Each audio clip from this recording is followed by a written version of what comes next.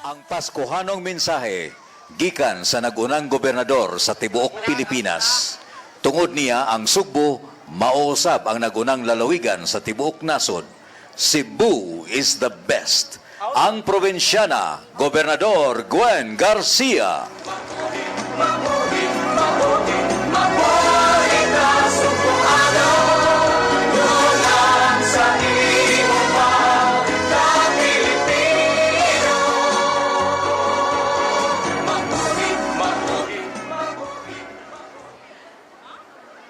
Maayong gabi, mga pinalangga na akong nagahanon. Maayong gabi, Naga. Mayor Christine Chong, Vice Mayor Jingjing Chong, and our city councilors, ang amahan sa dakbayan sa Naga, ug mubalik pagka-mayor, Mayor Val Chong,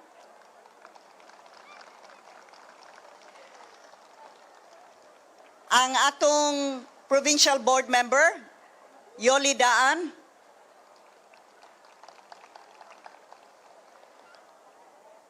kababayan, Father Ben Ihares,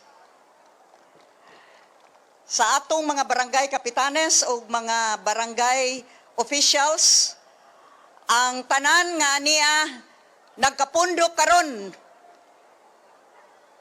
dinhi sa dakong hawanan sa St. Francis de Assisi Plaza.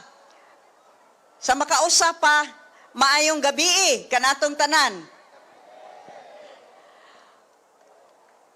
First of all, I would like to thank Mayor Christine and the officials of Naga for inviting me sa inyong pagpalakip kanako niining nahimong annual nga tradisyon nga mikabat na og 20 ka tuig.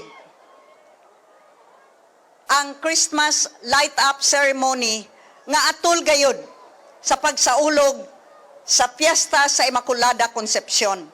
What a meaningful way to signal the start of Christmas activities. Ako nga nagatanaw sa programa pa lang kaganina, nasayod ako nga bisag wala pa nato mapasigai karon, because after I speak mo naman unya ang countdown, nahibaw ko nga inigsiga sa tanan nga mga suga unya Naga will be known throughout the entire province as the shining, shimmering capital of lights in Cebu. The City of Lights ang matuod nga dakbayan sa sugang dagitabnon. I know that it will be a feast for the eyes. Nga magpiesta ang atong mga mata, nga magsudong unya. Salkapin sayod ako, libo-kalibuan nga mga kumukuti-kutitap sama sa mga mata sa atong mayor. Ngano kaha?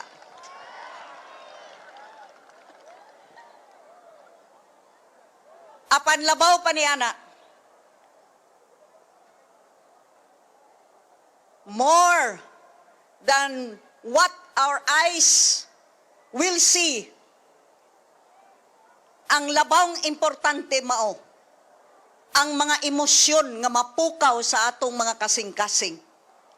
Ang kalipay, ang kadasig, ug labaw sa tanan, paglaom sa mga umaabot, human sa kangit-ngit ug human sa kasakit. Beyond the doom and gloom that we have gone through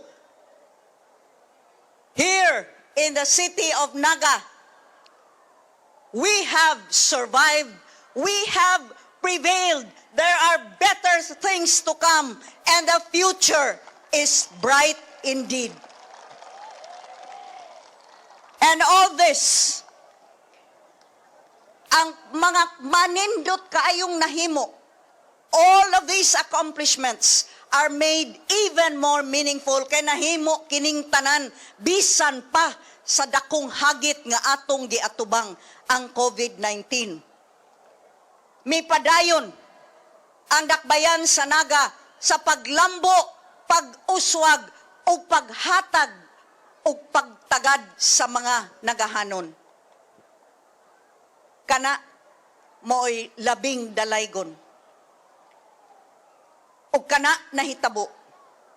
Tungod sa kahiusahan sa atong mga lideres dinhi sa dakbayan sa Naga. Talagsaong kaihusahan nga nakahatod og paglambo, pag-uswag ning maong dakbayan. Tagaan natong masipang pakpak, Mayor Christine, Vice Mayor Jingjing, all of our city officials, and of course,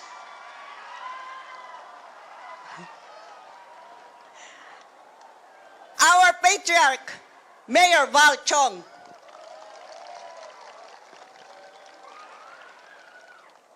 That is what unity can achieve. And that is why I have always endeavored that we will achieve unity in the entire province. Sama sa kayusahan, dinhi sa dakbayan sa Naga, kahiusahan usab sa tibuok lalawigan sa Cebu. Ako nga nagsudong sa mga paningkamot sa atong mga opisyales sa pribadong sektor, sa atong entertainment sector. Ang mga business sector ug ang tanan nga nagkahiusa. Ako, igo na lamang moingon, kung unsay matampo pa sa probinsya sa Cebu, palihog sultii in town si Gwen Garcia. Kay di gayod ako magpanuko. Dili gayod mahimo nga mobalibad si Gwen Garcia kung kini alang sa dakbayan sa Naga. Busa niining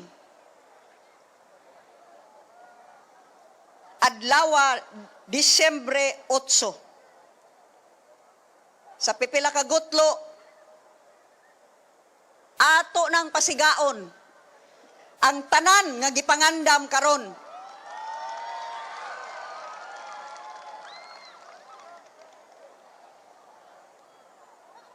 Ang akong ikasulti mao, hiniusang Naga, hiniusang Cebu, one Naga, one Cebu, mabuhi kitang tanang Cebuanon. Daghang salamat, Gobernador Gwen.